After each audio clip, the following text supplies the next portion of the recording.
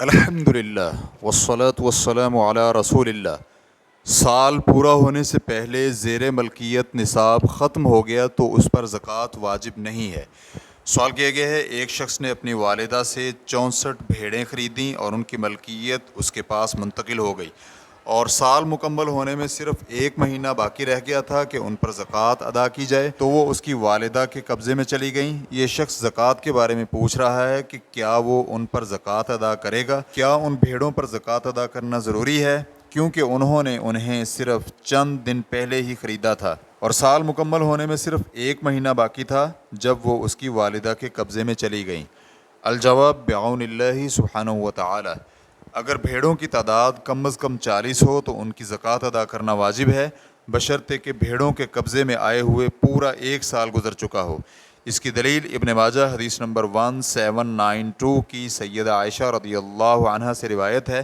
آپ کہتی ہیں کہ میں نے رسول اکرم صلی اللہ علیہ وآلہ وسلم کو فرماتے ہوئے سنا، مال پر اس وقت تک زکوٰۃ نہیں ہے جب تک اس پر ایک سال نہ گزر جائے۔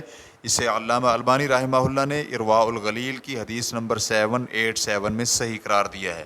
سونا، چاندی، نقدی اور جانوروں یعنی اونٹ، گائے، بھیڑ، بکری پر زکوٰۃ واجب ہونے کے لیے ایک سال کا گزرنا شرط ہے۔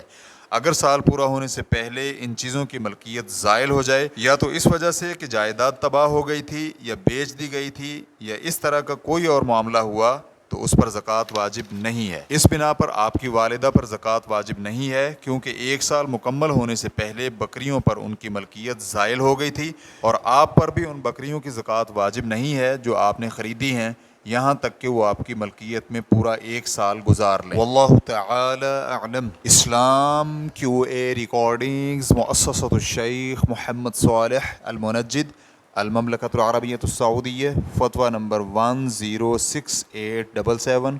والسلام علیکم ورحمۃ اللہ وبرکاتہ۔